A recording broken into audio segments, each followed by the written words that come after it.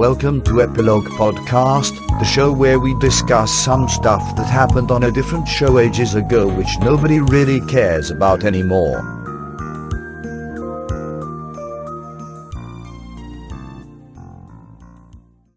Hi, I'm Portponky. And I'm LeBloc. Today we're discussing Deep Space Nine, Season 4, Episode 26, Broken Link. And this is the season finale. Odo returns to the Great Link to be judged. This started off as if it were kind of low-key, especially for a season finale, but it ended up having huge implications in what happens here. Yeah, it's got that bit with Garrick showing Odo a lady he may be interested in, which is a bit ridiculous. And then Odo gets sick, Bashir's helping him. It seems a bit like a filler episode, and then the second half is kind of a kick to the head. It does not start off promising. Odo shows up. He allowed Garrick to make an appointment without knowing any details. He just gives away his time, and then he's annoyed when it's not something related to security. This is something he should have figured out before he committed to this. Well, he assumed it was security related because he's the best security agent in the sector. Also, how did he not meet that woman until that moment? She moved into the station. I would think Odo would make it a point to screen people because security. She's running a restaurant as well. He knows everyone, even random people. For example, the trader who's shown up in previous episodes, he saw that she was on the station and went to accost her before he turned into a splish-splosh. So yes, it's odd he doesn't know some person that's running a business on the promenade. To be honest, do you want to know a secret? Always. I think this episode is a bit sloppily written in places. I can see that. I'm not knocking it. The actual story is good, and it's very exciting. And it's one of the few episodes that actually starts mixing stuff up a bit. But it's lacking a little bit of refinement. It has one of the most egregious errors in the whole show. Which is? It's towards the end, when Bashir scans Odo with a tricorder and figures out that he's not a changeling. Yeah, we've just had 2 seasons where they're struggling to identify who is and isn't a changeling. But he's like, oh yeah, the tricorder says not a changeling. God, it would have been useful if we'd used that before, guys. It was a recent development That apparently no one cares about. So, I mean, that's the kind of thing, the sort of sloppy writing I'm talking about. Not big problems, just little things that aren't quite right, that needed maybe another once over before it would be perfect. Minor problems anyway, because it's a good episode. I have to agree. I really like this episode, but there are things in there, such as the intro and how that doesn't make sense, that irk me. Another one is the fallout, or lack of fallout, from Garrick and Worf having a showdown. How could Garrick be excused for what he was trying to do? He was trying to incite a war, essentially. The fight was great to watch and there was great dialogue, but then it doesn't make sense that he would continue to be a tailor at Deep Space Nine. Attempted genocide. 6 months in the hole. What did you get for actual genocide? 12 months. It's twice as bad. The fight with Worf had another really bad error, or blooper. That Worf didn't win immediately? Well, he kind of did win fairly immediately. They were fighting for 30 seconds, and he had Garrick on the floor. Okay. And Garrick is a trained assassin. He fights well for a tailor. Yes, or a gardener. But no, the mistake, he knocks a panel off the wall. I completely missed that. Okay, it's like a Jeffries tube panel, like a door that sort of splits in half, like a automatic door at the supermarket kind of thing. Okay. But he knocks it off in one piece, and then behind it you can see a workbench and some paper and like set building equipment. Oh.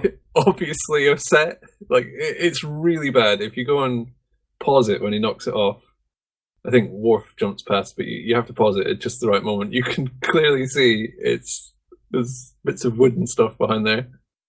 That's pretty funny. I guess I'll have to go back. I've just thought of an in-universe explanation though. Remember when Cisco built a ship, the Bajoran ship? He Yes. built it out of wood, and Cisco also helped build the Defiant. So maybe there really are parts of the Defiant that are made of wood, and he happened to knock off a panel that revealed them. I could see Cisco doing that. Anyway, I may be focusing too much on odd, pointless, silly stuff, and missing some of the big reveals. Okay, one big reveal and one big character development, or regression, I guess. One big reveal, you already mentioned, Garrick was a gardener. That's not a reveal, he said that before. Aww. In the previous episode, Body Parts. In that scene with Odo, sorry, I'm going to derail even more Which and not scene? talk about where Garrick talks about being a gardener. Why wasn't Odo suspicious of that? There's no good reason for Garrick to be on that ship, as far as Odo knew. Well, that's another ropey piece of writing. He says, let me come along, I'll keep Odo busy. And Cisco's like, yeah, sure, you wouldn't do anything crazy. You're not a liability at all.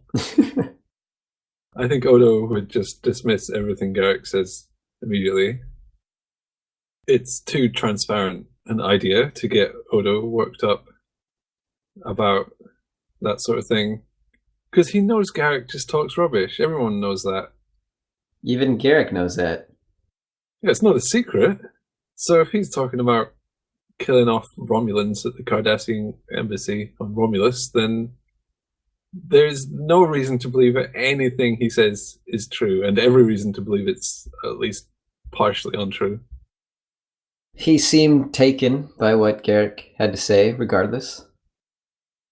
Yep, which, again, not the most believable, but fair enough. Throughout this episode, Odo looks very goopy and gross. They did a great job with the makeup and his struggle to maintain form. He looks spongy, like you could push your finger into him. Yeah, wet sand. Yeah, kind of gross. Or like a marshmallow that's fallen into the campfire. There we go. Okay, when he's at DS9 and he's being all marshmallowy, they make him walk to the ship.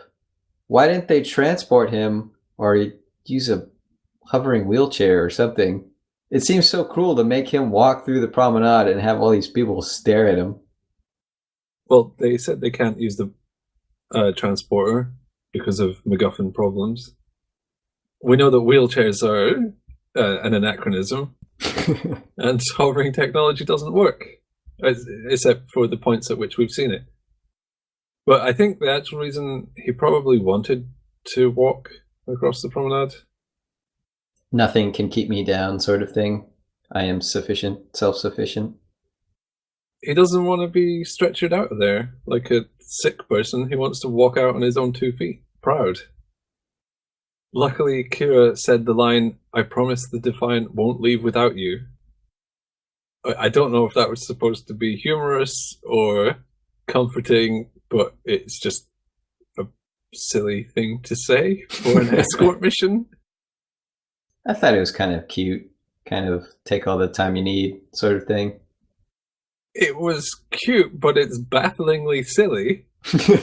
She could have just said, take all the time you need, we're here for you, or something like that. That would have been what an actual person would have said. She has Bajoran pregnancy brain. It does weird things to your habitual language. Oh, okay. As well as the sneezing.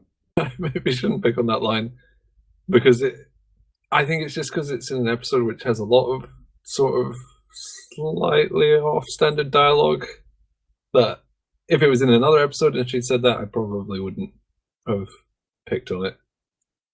Also, she can sneeze really convincingly. I'm not kidding. A lot of actors and stuff can't sneeze convincingly. It's really difficult to do. I also I like her convincing sneezing, but also the facial stuff she did after the sneezing, as if I'm glad that's done with. That was convincing as well. The kind of electric nose residue. I think Nana Visitor is probably one of the world's best faux sneezers. I was honestly blown away by how good her sneezing was. Because it's really noticeable in films and stuff when someone's got to sneeze. Yeah. And it's really obvious when it's fake. It's rare for someone to nail it. But she was getting 8 in a row, hole in one every time. I thought it was kind of funny. The thing they picked to differentiate Bajoran pregnancies versus human pregnancies has to do something with the nose. And that's basically the one difference between Bajorans and humans, the ridges on the nose. So I like to imagine a writer has an obsession with noses, and that's why he created Bajorans. All Bajoran differences are nose-centric. Yes. So I'm struggling to think how that would play out in any other way. A viral disease that affects the nose. I don't know. So instead of appendicitis, they get something similar in the nose. Rhinositis. Yeah. I think Bajoran's sneezing during pregnancy was probably chosen because Nana Visitor is one of the world's best fake sneezers. Oh, I would love if that's true. If she showed someone, hey, check this out, this talent that I have. And then someone was desperate to write it into the show. We have got to get you sneezing. People need to see this. To move on to one of the two major topics that we've so far avoided, Odo is not a changeling anymore. Yeah, what a development. When we first see him emerge and he's naked as a human, I thought, okay, that makes no sense. Why would Odo choose to present himself as a naked man? And then we find out, oh, because he is a naked man. It was really shocking to me. And now I can't wait to see what they do with this. When he comes out, he's posed like Sistine Chapel. Okay. Was it Adam? Yes, Adam. Rin Nobishwanwa's favorite trick, which he uses all the time, is to pose things like famous paintings and stuff. It's about the 4th, maybe, time he's done it on this show. It's a good trick, actually. I'm not knocking it because it's kind of clever. It would be weird if the founders, instead of taking away his shapeshifting ability, just took away his ability to appear clothed. That's what I was thinking. So I had a brief time there of confusion. Oh no, they've made him a forced nudist shapeshifter. That's terrible. No, he is a regular guy now, and doesn't seem to be handling it too well. Of course not. He has to learn how to go potty now. Oh, and clothes must feel so restrictive. He's used to being free, naked, all the time. I like that he wasn't ashamed of lying there naked, because he's just used to being naked. That's his default. Yeah, that's a good point. When they come up to the Defiant, they probably said, "Hey, do you want some clothes?" And he would say, not fussed, really, to be honest. Why exactly? I've been naked for 4 years in your command." And suddenly it's a problem? That's it, I'm talking to HR. I do like that his face remains the same. It's sort of like a scarlet letter.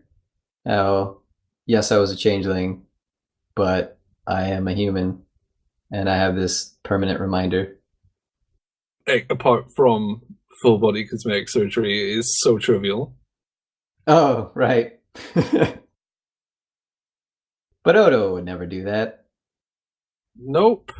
Anyone who has a thing always says, "No, I want to keep the thing as a reminder of the thing that happened." There's got to be a trope name for that. It makes sense for Odo, more sense for Odo, because being a changeling was a huge part of his identity, and that was stripped away.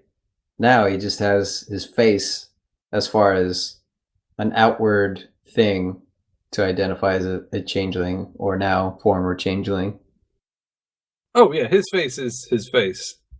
I wouldn't think he would change it. Although it is very common for someone to have lost half their body, and then they'll say, "No, I don't want a replacement half a body because I always want to remember the day I lost half my body." Oh, I was thinking, after he became human, I really want him to pick up a habit of drinking Ractigino all the time, because he's so used to doing 16-hour shifts, and his human body won't be able to remain alert, so he'll be drinking that all the time. It'd be totally wired. I thought you were going to say smoking for a second. That would fit the whole film noir thing that he is obsessed with, but no, I had to tie it into why. Because Odo, there's no reason for him to be smoking. You might just start. Maybe to explain his gruff voice. Or what if he really, really likes eating? So he wants to dull his senses by smoking? Oh no, I just mean, what if he just constantly gorges himself Oh. on food? What is the first carnal pleasure he's going to experience? He might take to it like a camel to water. I would kind of love to see Odo in a fat suit. Replicating wedding cakes and stuff. That would be quite an unusual opening for season 5. It would change things up. So we also find out that Gowron is a changeling. Yes. That winds me up. Not the Gowron changeling thing, the fact that Odo just says it in the middle of a crowd. The fact that it never crossed their minds that it was a possibility. But yes, he's a shapeshifty. Might explain why he's been a little bit fighty with everyone. What's their game plan? So they just assume everyone's not a changeling until it becomes obvious that they are? I think they assume everyone's not a changeling and then forget about changelings. They get really surprised when one of the main antagonists turns out to be a changeling. That fits with this season pretty well. They forgot about changelings towards the back half. But the changelings did not forget about them. I was hoping they would forget that terrible line about how they have never harmed each other. And she's saying this in the middle of, "Hey, I did something to you that will make you die if you don't join us." By the way, we have never harmed each other until you. This is all your fault. Well, if he didn't join, then he would die. Would that blood be on her hands? She initiated it. Blood? Actually, she didn't personally, although presumably a changeling at some point had to initiate it. What happened, and this was cut from a few episodes back when they went to find the Iconian Gateway with the Jem'Hadar team. Oh, okay. The Vorta, Wayun, played by Jeffrey Combs, had a conversation with Odo as an aside, saying, "Hey, you should come back to the Great Link. Your people love you," etc., etc. In the script, it was noted that Wayun pats Odo on the back or on the shoulder or something like that. And that was supposed to be when Odo was infected with this a virus, if you want to call it a virus, that causes him to melt and lose cohesion. Unfortunately, although it was filmed, it ended up on the cutting room floor, or it was out of shot or something. So in that episode, you don't actually see Wayun physically contact Odo. But the whole point of that episode was supposed to be not just to get the Iconian Gateway, but to also infect Odo, so that this episode would happen. But because it didn't come out, because it didn't come out in that episode, they kind of just brushed it off as he is infected. So there. But because they brushed it off, it makes the intro of this episode really weird, because he starts gyrating and bad things happen after he shakes hands with someone he's never touched before. Maybe they want you to think it was her to throw you off, but then it's still strange after you think, wait, what did she? What is she in on this? It's still up in the air according to what we see in the episodes so far. That actually could have been a bit cleverer, the way you point it out. I never connected that he got sick after shaking hands with the lady. I mean, she's blatantly written in as a potential love interest now that he's not a changeling. Right. It brought me back to season 1, where a unique event would happen, then something terrible would directly follow, and then nobody in the crew would link the two until the very end. And I thought that's what we were getting here, and I was about to be really annoyed. But then that's not at all what the case was. I guess my expectations were high enough that that never crossed my mind. So, gladly, they did have an actual plan for how this whole Odo thing happened. They just never quite got it to screen. It makes the changelings seem more sinister, because we don't know how he was infected. And she makes some vague pseudo threat, we take an active interest in your well-being. In other words, we spy on you all the time, and we justify it by saying we care about you. Which again is surprising to them. They're not really good at fighting changelings. No, not at all.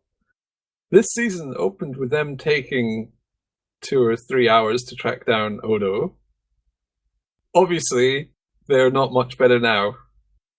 They still are hopelessly inadequate at catching or even figuring out what changelings are going to do. I'm waiting for some sort of incident that allows them some sort of ability to more directly engage with the changelings, because as it is, the changelings could just take over right now. I think they don't, because they don't really feel like it. I don't know. They're so powerful in theory. Well, I don't think they want to take over by force. They just want to get the Alpha Quadrant in fighting so that they're all incredibly weak, and then strong arm them into giving up. That makes sense. And they've talked about how much they value not being interfered with, especially from solids. Well, everything is solids other than them. Yeah, the terminology of solid kind of, they use it so much that it loses meaning. All they can do is change from solid to solid to solid, unless they're a puddle on the ground, which is their least impressive mode. It's what they prefer, I get the impression. Yeah, because they have a massive sex ocean. It's like a 1 billion person orgy. Of course they prefer that. So being solid makes them resent actual solids because they'd rather be in their sex ocean. Well, it's like you're having a 1 billion person orgy. There's a knock on the door. You go down in your dressing gown. You're talking to some dude at the door who's wanting directions or something. You're just sitting there thinking, oh, I hate this guy. Come on. Get on with it. That's what they're like with solids. Oh, God. How annoying are solids? They're just a distraction. Killing all of them would be not harmful to someone who's friends with them because they're so bad. All of the trouble that they're causing is the result of sexual frustration. Yeah, that's my take on it. Oh, I loved Bashir's little moment where he was about to essentially attack the Great Link with a rock when he was about to skip it along the surface. I would have liked to have seen him do that. It would be funny if he skipped the stone. Just like a random shapeshifter head pops out and says, "Oi, quit it!" That would have been a lot better. Now I'm disappointed he didn't throw it. I wonder what the density of that ocean is. That's something I had not thought about, but now I am thinking about intensely. It's because it must be pretty dense. It has to be. Well, I guess they can change their density and mass and stuff, so it might be viscous, but maybe they could walk on it. In my headcanon, they can walk on it. Also, that ocean was a lot bigger than the one in the Amarian Nebula. Yeah, that threw me off. There's a lot of shapeshifters. The other one, you think, oh, okay, there's like, I don't know, 1 million, maybe. This one, you're like, okay, there's billions. It stretches off into the horizon. Yeah, there's as many shapeshifters as there are people. They're not a small pocket of powerful life forms. They're a race of powerful life forms. Which changes how I view them, because I thought of them as a small pocket of terrifying creatures. But now it's a massive sea of terrifying creatures. Yeah, they don't seem so vulnerable anymore. No, not at all. Plus, with that many, I'm pretty sure one of them would have harmed another. Where harm explicitly means murder. When you live inside of a sex ocean, what do you have to be angry about? People always have a way of disappointing you. So I'm sure someone at some point would have just, I don't know, maybe it really is paradise, like Odo says. I don't see how they could harm each other in the lake. Now that I think about it, maybe that's why they've never harmed one another, because they're all swirling around each other. A drop of water can't hurt a drop of water. Well, they're a mishmash of thoughts and consciousness blending together. So one of them could think to another one, hey, you're not very nice. Hey. The other one's feelings would be harmed. Oh, my feelings. But actually, harm means murder, so that would be fine. Because it's not murder. I just talked my way into believing what she says. Propaganda is strong. We've been thinking about to change things all wrong until this point. They were vulnerable. the last sort of remnants of a once great race who have been hunted into hiding. But no, there's just a whole load of them, and they're all little Hitlers. Okay, shall we move on to quotes now? Yes, we shall. Okay, go. I've spent most of my life bringing people to justice. Now that it's my turn, how can I run away? Because you don't accept the justice system? That's a good reason to run. It was not in their jurisdiction that the crime happened. We've seen Odo on multiple occasions grant someone asylum based on the legal system they would be facing. And I can cite that in the one that's based on Casablanca. He lets some people go. He tried to rescue O'Brien from the Cardassian legal system, etc., etc. So how could he run away? Because he could be tried in a Federation court, and they'd probably find him innocent. Yes. So I shouldn't just lay into the quote. It fits Odo's character to want justice to be absolute. It's nice when a character's actions are filtered so clearly through that character's worldview and what has been established. And that's a clear case here. He's not afraid. If they're going to do something to him, he's willing to take it. Although he probably didn't have this in mind. No, I don't think anyone did. Well, you probably did because you've seen this episode before. Yeah, I knew the outcome. But when I first watched it, I was as surprised as anyone. It's a lovely twist. One that I can't wait to see how they capitalize on. We'll have to watch the next episode. But before we move on to that, this was also the season finale, so we should just discuss our opinions of what was good and bad about season 4. Now we've seen the whole lot of it. Season 4 is awesome. And a dramatic change in quality for the better versus the three prior seasons. It's the season of consistency so far. It probably helps that he was already an established Star Trek character, but Worf feels like a real crew member almost instantly. I accepted him a long time ago. The transition was really smooth. He adds a little bit of spice to the mix that was sorely needed. So overall, season 4, fantastic. Previously, we've discussed our favorite episodes, but for season 4, maybe we should say our favorite episode that's not The Visitor. Okay, I was about to say that. Yes. Oh, it's far and away the best episode of the season. But if you had to pick one that wasn't The Visitor, which one would you pick? I guess I would go with The Way of the Warrior.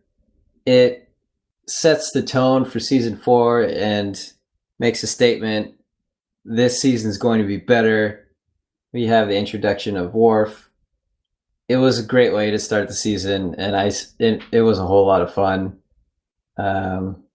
We have the threat of the Dominion, and I had fun with it, and it made a statement. So that's my pick. How about you? I am a fan of Hard Time because it's just the depths of cruelty that get put upon O'Brien. It's so horrible having to go through all that and then have no happy ending. He just has to live with his imaginary jail sentence. It's a departure from the Star Trek sort of reset button that they rely on. I mean, he doesn't really seem that affected by it, but in terms of the episode, it was hard to watch. And they didn't just flop it at the end. They really sewed it up nicely. Plus, it was a really well put together episode. The flashbacks and stuff were intertwined really cleverly. Man, your pick is way better than mine. No, I remember when you watched The Way of the Warrior, you said, "This is awesome." You're right, it set the tone for the season, because a lot of the episodes that followed it were of that caliber. I remember after watching it thinking, okay, it's downhill from here. Because just that one episode is so much better than most of the stuff that we had seen before that. So I thought, okay, we peaked already, and now it's a downhill slide for season 4. But it's so great that's not what happens, and it just sets the bar high, and then it stays there, mostly. Yeah, I mean, random episodes aren't good to reach the excitement of a high-budget, double-length premiere. But even with such a strong opening, they kept it consistent. So, good job. What's your least favorite episode? And why is it The Muse? It's the weakest one. I don't hate it, Nice. but it's not written as well. The conflict isn't there. We don't learn a whole lot about characters. It's a weak episode, and a missed opportunity in some ways. You could have picked a different one. It doesn't have to be No, The Muse. that was my pick. Yeah, okay, it's my pick too. It's fairly obviously just wasn't that great. What about MVP? Worf. It has to be Worf. He revived the show, I guess. Well, he brought new life into it. It wasn't dead. The show wasn't dead. He brought extra energy. It was dead in terms of ratings. Oh, Not that they ever fixed that, but oh well. I'd probably pick Rom as my MVP. I think I might have picked him before. I like Rom. He's fun. He helps in at least 3 episodes here. But he's always just funny. I also secretly always want to pick Garrick whenever we pick MVPs. Yeah, he's always MVP. What about least valuable player? Is it going to be Dax again? I was about to say, other than Dax, or am I allowed to say Dax? Dax had some good stuff this time. She had her lesbian kiss. And probably something else. Oh, she went to find a sword with Worf. And no. So that's an area they still struggle, despite season 4's improvements. She's better than she was, but still, she sticks out like a sore thumb sometimes. Just, what is this character doing here? What's her goal? It's worsened when they make her do random things, because it's obvious they're thinking, well, someone has to do this and it doesn't really matter who, so let's just make Dax do it. So she looks like she's doing something. Yeah, she kind of ends up being the friend of the other characters quite a lot. So, what are your hopes and dreams for season 5? That Dax is fixed. Apart from that. I really want to see how Odo handles being a human. They are obviously going to focus on some aspects of that, but so I guess I don't even need to say I want to see it. There's no way he'll make him a human and then never address it. Quark's gonna have a field day. He's always paranoid about Odo listening in. Now he has nothing to worry about apart from the fact that covert reconnaissance is trivial, so... But he has human limitations. He can't have 16-hour shifts. Well, he will when he's hyped up on 30 rectogenomes a day. Well, we should go to season 5 and find out what's next for Deep Space Nine. Yes. Well, hey, let's go. And by go, I mean end this podcast here. Okay. Goodbye. Okay, bye.